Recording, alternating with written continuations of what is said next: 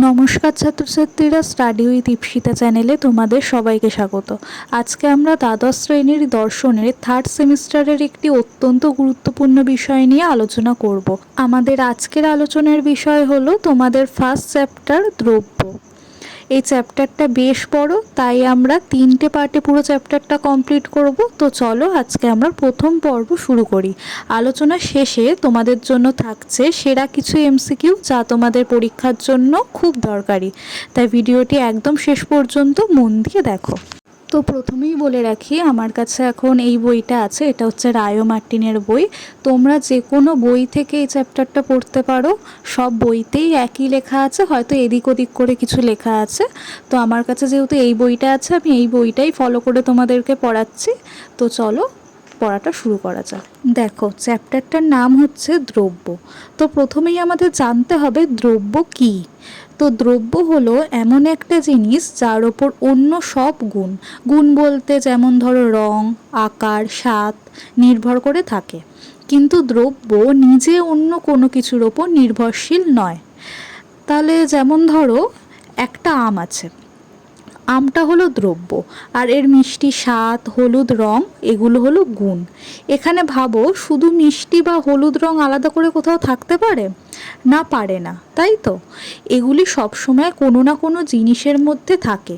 সেই যে জিনিসের মধ্যে এই গুণগুলো থাকে সেটাই হলো দ্রব্য।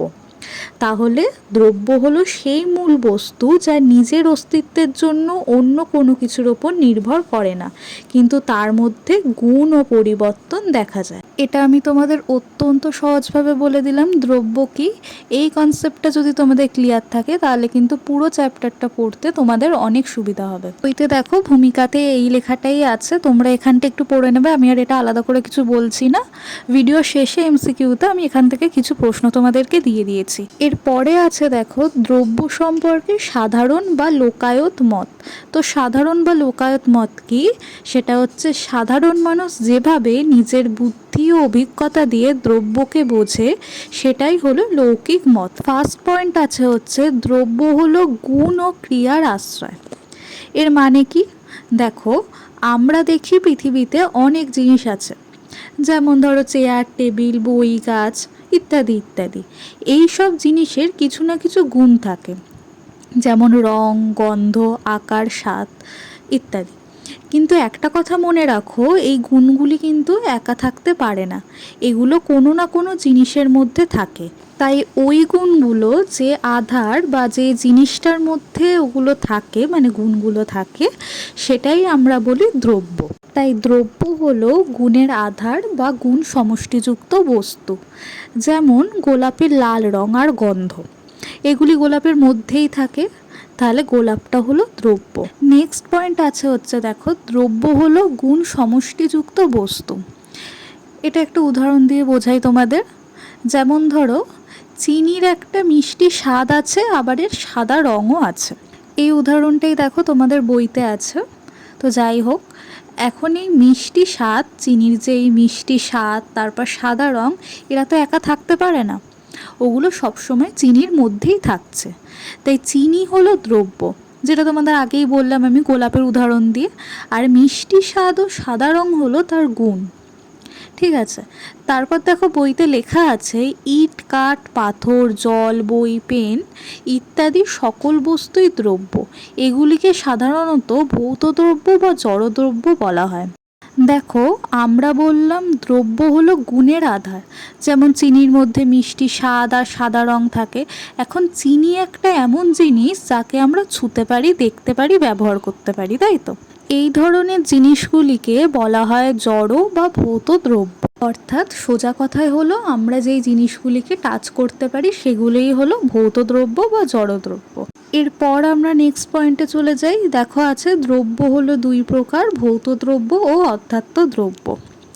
তো ভৌত দ্রব্য তো কি আমরা জেনে নিলাম। আর একটা হলো অজড় বা মানসিক দ্রব্য, যেটা অধ্যাত্ম দ্রব্য বলা হয়েছে। যেমন মন, আত্মা, এগুলিকে আমরা টাচ করতে পারি না, এগুলো আমরা কি করি? এগুলো আমরা অনুভব করি বা ফিল করি। যেমন ঈশ্বর, মন, আত্মা তো তোমাদেরকে বললামই। তাই এগুলোকে মানসিক দ্রব্য বলা হয়, অধ্যাত্ম দ্রব্য বলা হয়, অজড় দ্রব্যও বলা হয়। এরপরে আছে সাধারণ মতে দ্রব্য। দেখো, সাধারণ বা লৌকিক মত অনুযায়ী দ্রব্য বলতে এমন একটা জিনিসকে বোঝায় যেটা কোনো বস্তুর আসল বা মূল সত্তা। এই জিনিসটার অনেক গুণ বদলাতে পারে, যেমন রং বদলাতে পারে, আকার বদলাতে পারে, অবস্থা বদলাতে পারে, কিন্তু জিনিসটা নিজে একই থাকে। ধরো একটা গোলাপ, এর রং বদলাতে পারে, নানা রঙের হতে পারে, শুকিয়ে যেতে পারে, কিন্তু আমরা এখনও এটাকে গোলাপই বলি। মানে গোলাপটাই হলো দ্রব্য, আর রং, গন্ধ এগুলি তার গুণ, যেগুলো দিয়ে আমরা তাকে চিনতে পারি। তাই বলেছে, দেখো, সাধারণ বা লৌকিক মত অনুযায়ী দ্রব্য হলো বস্তুর এমন এক মূল সত্তা যা শত বাহ্য পরিবর্তনের মধ্যেও অপরিবর্তিত থাকে, যা ক্রিয়া, শক্তি ও প্রচেষ্টার উৎস, এবং যা গুণের মাধ্যমে নিজেকে প্রকাশ করে। এরপর আছে বৈশিষ্ট্য। প্রথম পয়েন্ট আছে দ্রব্য হলো গুণের আধার। এই পয়েন্টে একটু আগেই তোমাদের বুঝিয়ে দিয়েছি, গোলাপের উদাহরণ দিয়েই বুঝিয়ে দিয়েছি। এর পরের পয়েন্টে চলে যায়, দ্রব্য হলো অপরিবর্তনীয় সত্তা। এটাও তোমাদের বলে দিয়েছি। কি না, দ্রব্য নানা পরিবর্তনের মধ্যেও অপরিবর্তনীয় থাকে। বললাম যেরকম গোলাপের রং বদলে যেতে পারে, শুকিয়ে যেতে পারে, কিন্তু আমরা তাকে গোলাপই বলি। এখানেও সেরকম বলেছে, একটি টেবিলের রং যদি বদলে যায়, তার স্বাভাবিক আকার যদি বিকৃত হয়ে যায়, তবুও আমরা তাকে টেবিলই বলি। তার গুণের পরিবর্তন হলেও টেবিলের কোনো পরিবর্তন হয় না। আবার যদি টেবিলটিকে উল্টে রাখা হয়, তাহলেও সেটিকে আমরা টেবিলই বলি। অর্থাৎ অবস্থানের পরিবর্তন হলেও দ্রব্যের কোনো পরিবর্তন হয় না। অবস্থা ও অবস্থানের পরিবর্তন হলেও দ্রব্য নিজে অপরিবর্তনীয় থাকে। নেক্সট আছে দ্রব্য হলো ক্রিয়াশীলতার উৎস। দেখো, দ্রব্যকে বলা হয় ক্রিয়ার উৎস, মানে সব কাজ দ্রব্য থেকেই হয়। যেমন গুণ দ্রব্যের মধ্যে থাকে, তেমনি ক্রিয়াও সবসময় কোনো না কোনো দ্রব্যের মধ্যেই থাকে। ক্রিয়া কখনো আলাদা করে থাকে না। যখন আমরা বলি পাখা ঘুরছে, তখন ঘোড়াটা আলাদা কিছু হয় না, এটা পাখার মধ্যেই হচ্ছে। তাই এখানে পাখা হলো দ্রব্য আর ঘোড়া হলো ক্রিয়া, মানে ক্রিয়াটা দ্রব্যের ওপরই নির্ভর করছে। আবার ধরো, আগুন জলকে গরম করে বা বাষ্প বানায়। এখানে আগুন আর জল দুটোই দ্রব্য। দ্রব্যই অন্য দ্রব্যের ওপর কাজ করতে পারে, কিন্তু গুণ একা কিছু করতে পারে না। আবার সব শক্তি, কাজ করার ক্ষমতা, এই সবই দ্রব্য থেকে আসে। তাই দ্রব্যকে শক্তি ও ক্রিয়ার উৎস বলা হয়। আমরা কখনো শুধু গতি আলাদা করে দেখি না, আমরা দেখি কোনো কিছু চলছে, তাই তো, মানে একটা বস্তু চলছে। যেমন আমরা বলি বলটা ঘুরছে, হ্যাঁ, শুধু ঘোড়াটা কিন্তু আমরা দেখি না, বলটাকেই আমরা দেখি। তাই ক্রিয়া সব সময় দ্রব্যের সাথেই যুক্ত থাকে। নেক্সট পয়েন্ট আছে দ্রব্য গুণ নয়। তোমরা নাম শুনেই বুঝতে পারছো, দ্রব্য গুণ নয় মানে হলো দ্রব্য আর গুণ আলাদা। দ্রব্যের মধ্যে গুণ থাকে, কিন্তু গুণ আর দ্রব্য আলাদা। যেমন গোলাপ হলো দ্রব্য, আর লাল রং, গন্ধ, মানে এর গুণগুলো, মানে এর বৈশিষ্ট্যগুলো দুটো আলাদা জিনিস, কিন্তু তাদের মধ্যে সম্পর্ক আছে। সোজা কথা হচ্ছে, গুণ হলো দ্রব্যের বৈশিষ্ট্য।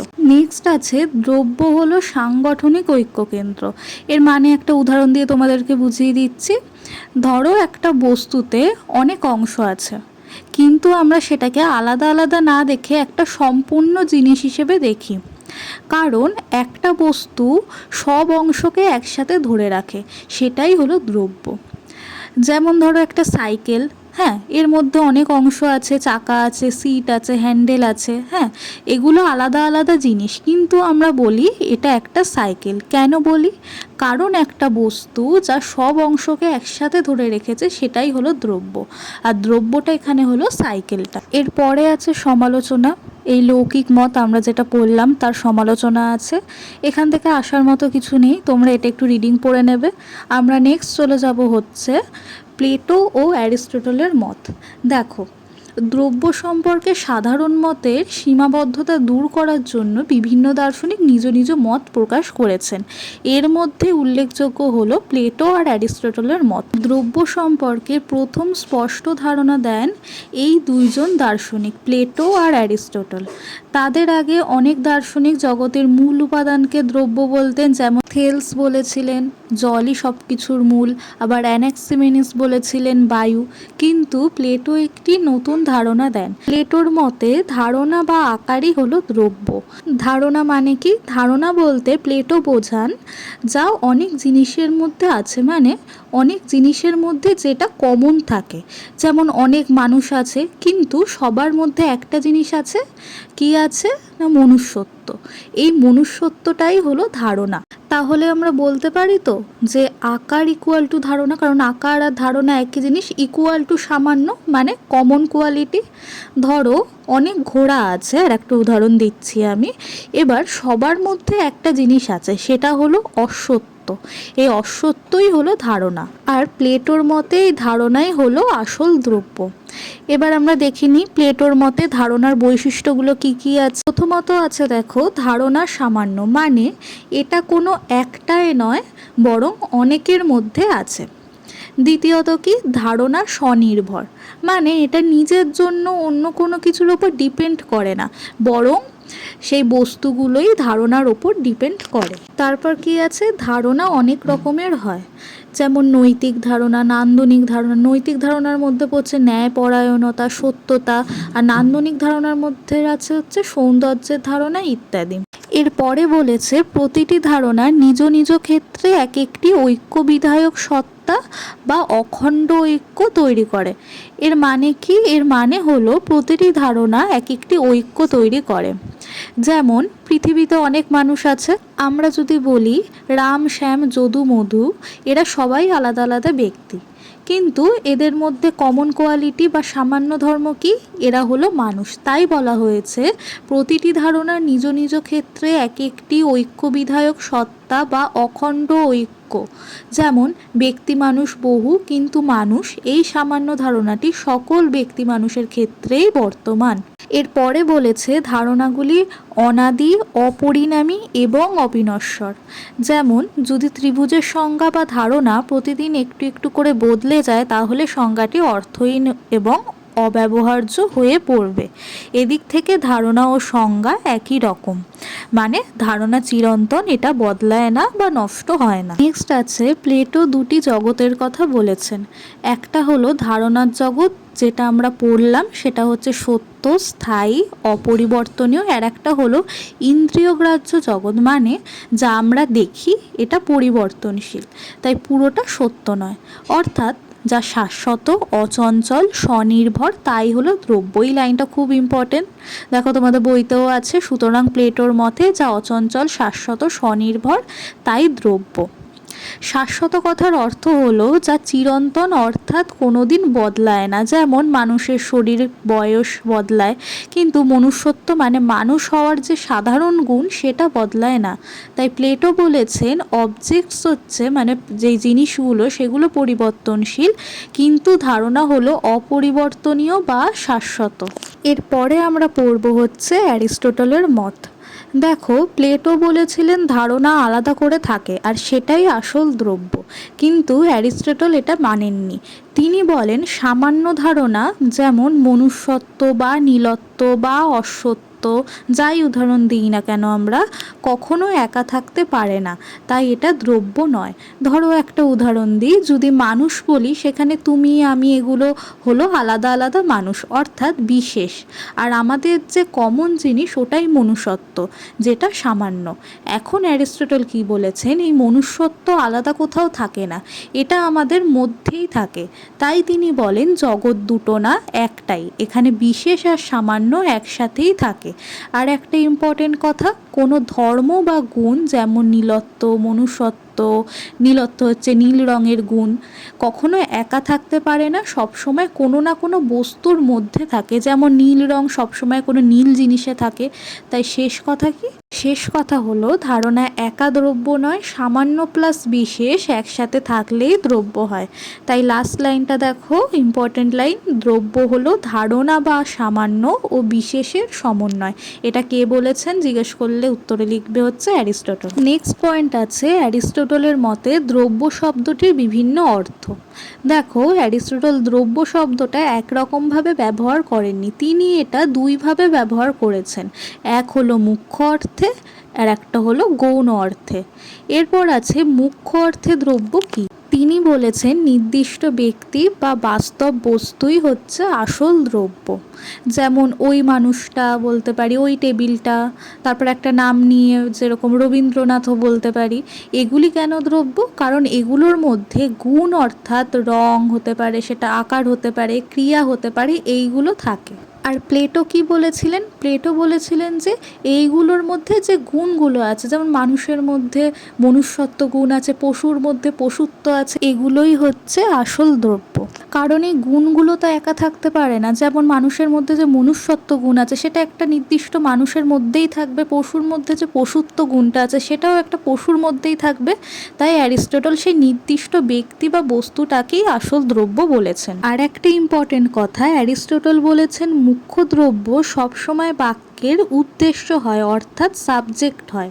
এটাকে কখনো বিশেষণ হিসেবে ব্যবহার করা হয় না। যেমন বইতে দেখো উদাহরণ আছে, প্লেটো একজন দার্শনিক, এখানে প্লেটো হচ্ছে দ্রব্য। তারপর আছে রবীন্দ্রনাথ হন মানুষ, এখানে রবীন্দ্রনাথ হচ্ছে দ্রব্য, মানে যেটা উদ্দেশ্য বাক্যের সেটাই হলো দ্রব্য। এরপর আছে গৌণ অর্থে দ্রব্য।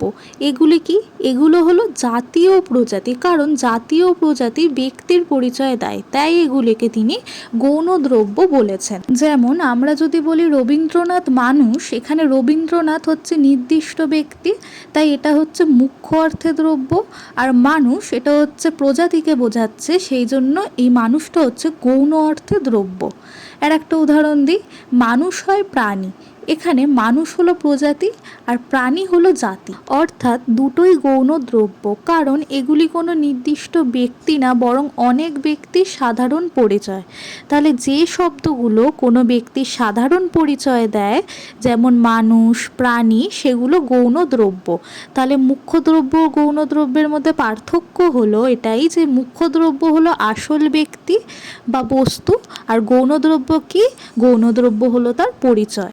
এর পরের পয়েন্ট আছে, দ্রব্য হলো স্বনির্ভর, স্বসত্তাবান। আমরা আগে পড়ে নিই, তারপর এর মানে বুঝবো। অ্যারিস্টটল মনে করেন অধিবিদ্যার প্রধান আলোচ্য বিষয় হলো সত্তা বা অস্তিত্বের স্বরূপ ও প্রকৃতি সম্পর্কিত আলোচনা।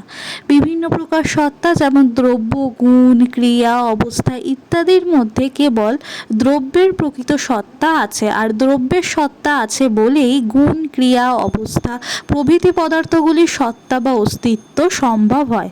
এই জন্যই অ্যারিস্টটল দ্রব্যের সত্তাকে মূল সত্তা বা প্রধান সত্তা বলেছেন। আর এই সত্তার অস্তিত্বের জন্য অন্য কোনো কিছুর ওপর নির্ভর করতে হয় না, এটি স্বনির্ভর ও স্বসত্তাবান। স্পষ্টতই অ্যারিস্টটলের মতে দ্রব্য হলো তাই যা মুখ্যত এবং নির্বিশেষে সত্তাবান। এবার আমরা এর মানেটা বুঝি। দেখো, অ্যারিস্টটল বলেছেন দর্শনের মূল কাজ হলো সত্তা বা অস্তিত্ব কি এটা বোঝা। এখন এই জগতে অনেক রকম জিনিস আছে, যেমন গুণ, ক্রিয়া, অবস্থা, কিন্তু এগুলির মধ্যে সবচেয়ে গুরুত্বপূর্ণ হলো দ্রব্য। কেন? কারণ গুণ, ক্রিয়া এগুলো কখনোই একা থাকতে পারে না, সব সময় কোনো কিছুর মধ্যে থাকে, আর সেই কিছুটাই হলো দ্রব্য। দেখো বইতে বলেছে দ্রব্যেরই প্রকৃত সত্তা আছে, আর দ্রব্যের সত্তা আছে বলেই গুণ, ক্রিয়া, অবস্থা প্রভৃতি পদার্থগুলির সত্তা বা অস্তিত্ব সম্ভব হয়। তাহলে প্লেটো আর অ্যারিস্টটলের মতের মধ্যে পার্থক্য হচ্ছে, প্লেটো বলেছিলেন এই সত্তাগুলোই হচ্ছে আসল দ্রব্য, কিন্তু অ্যারিস্টটল বলছেন এই সত্তাগুলি যার মধ্যে আছে, মানে যে ব্যক্তি বা বস্তুর মধ্যে এই সত্তাগুলো আছে, সেটাই হচ্ছে আসল দ্রব্য। কারণ এই সত্তাগুলো কখনো একা থাকতে পারে না, এগুলি কাউকে আশ্রয় করে থাকে, তাই যাকে আশ্রয় করে রয়েছে সেটাই হচ্ছে আসল দ্রব্য। এরপর আছে দ্রব্য হলো বিশিষ্ট মূর্ত বস্তু। এর মানে কি? ধরো পৃথিবীতে অনেক কিছু আছে, যেমন গাছ, মানুষ, পাহাড়, নদী ইত্যাদি। কিন্তু আমরা সবসময় একটা নির্দিষ্ট জিনিসকে আলাদা করে চিনতে চাই। এখানেই অ্যারিস্টটল বলেছেন দ্রব্য মানে হলো বিশিষ্ট মূর্ত বস্তু, অর্থাৎ এমন একটা জিনিস যাকে আমরা পরিষ্কারভাবে চিহ্নিত করতে পারি। সহজভাবে বললে পর্বত বলতে কি বোঝা যায়? অনেক পাহাড়, এটা একটা সাধারণ ধারণা। কিন্তু হিমালয় বললে আমরা একটা নির্দিষ্ট পাহাড়কে বুঝি।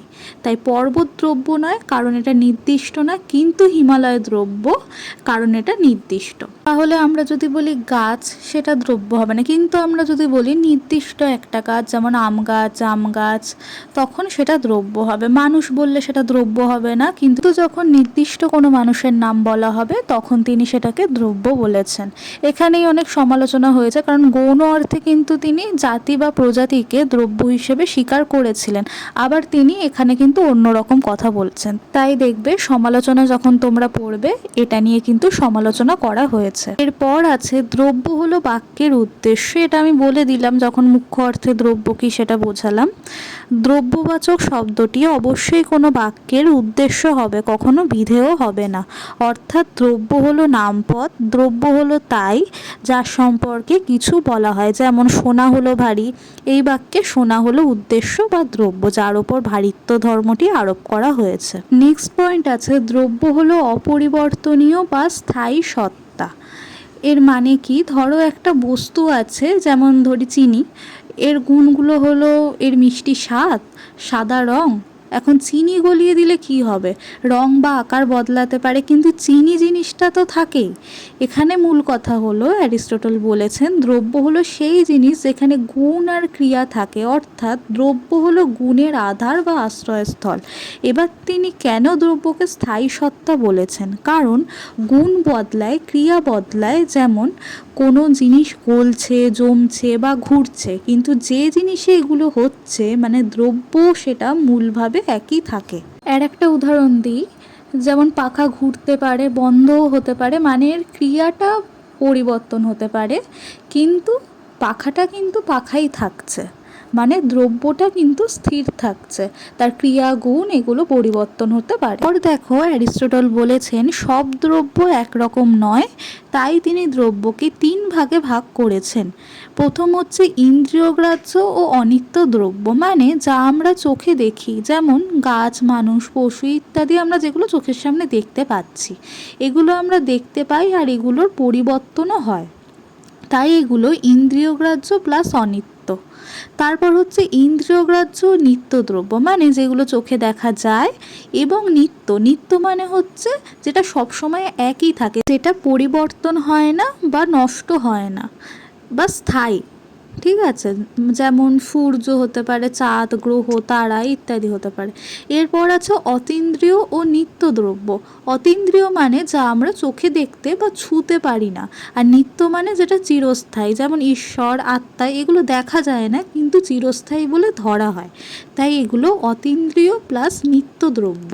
এরপর আছে সমালোচনা। অ্যারিস্টটলের সমালোচনা থেকে সেরকম কোনো প্রশ্ন আসে না, তোমরা তাও রিডিং পড়বে, বুঝতে কোথাও অসুবিধা হলে আমাকে কমেন্টে জানাবে। এরপর চলে যাব আমরা প্রশ্নে। আমি একেবারে প্রশ্ন আজকেই দিয়ে দিয়েছি, কারণ আজকে তোমরা পড়বে, পরের দিন আমি যদি তোমাদেরকে প্রশ্ন দিই তোমরা কিন্তু অর্ধেক ভুলে যাবে কি পড়েছিলে। তাই আমি আজকে এর সাথে 20টা প্রশ্ন দিয়েছি, খুবই কম দিয়েছি, কারণ এইখান থেকে আমরা তো আজকে একদম প্রথম পার্টটা পড়ছি, এখান থেকে খুব একটা প্রশ্ন আসে না। তাও যেগুলো খুব ইম্পর্টেন্ট আমি সেই প্রথম 20টা প্রশ্ন তোমাদেরকে দিয়ে দিয়েছি, তোমরা দেখে নাও। প্রথম প্রশ্ন হচ্ছে দর্শনের কোন শাখায় দ্রব্যের আলোচনা করা হয়? উত্তর হচ্ছে অধিবিদ্যা। দ্রব্য শব্দটির ইংরেজি প্রতিশব্দ হচ্ছে সাবস্ট্যান্স। এটি এসছে ল্যাটিন শব্দ সাবস্টেনিয়া থেকে। প্রশ্নটা দুভাবে আসতে পারে, সাবস্ট্যান্স শব্দটি কোন শব্দ থেকে এসছে আর দ্রব্য শব্দের ইংরেজি প্রতিশব্দ কি। এরপরে আছে সাবস্ট্যান্স শব্দটির ব্যুৎপত্তিগত অর্থ হলো নিম্নে দণ্ডায়মান। দ্রব্য সম্পর্কিত সাধারণ মানুষের মতকে বলা হয় লৌকিক মত। সাধারণ মানুষ মনে করে দ্রব্য হলো গুণ ও ক্রিয়ার আশ্রয়, দ্রব্য হলো বস্তুর শক্তি, ক্রিয়া ও প্রচেষ্টার উৎস, এটি হলো লৌকিক মত। তোমাদের অনেকগুলো অপশানে থাকবে, অ্যান্সার ওখান থেকে হবে লৌকিক মত। এরপর আছে গুণ যাকে অবলম্বন করে থাকে তাকে বলে দ্রব্য। আকার ইকুয়াল টু ধারণা ইকুয়াল টু সামান্য একটু আগেই পড়লাম, এটি কার মত? প্লেটো।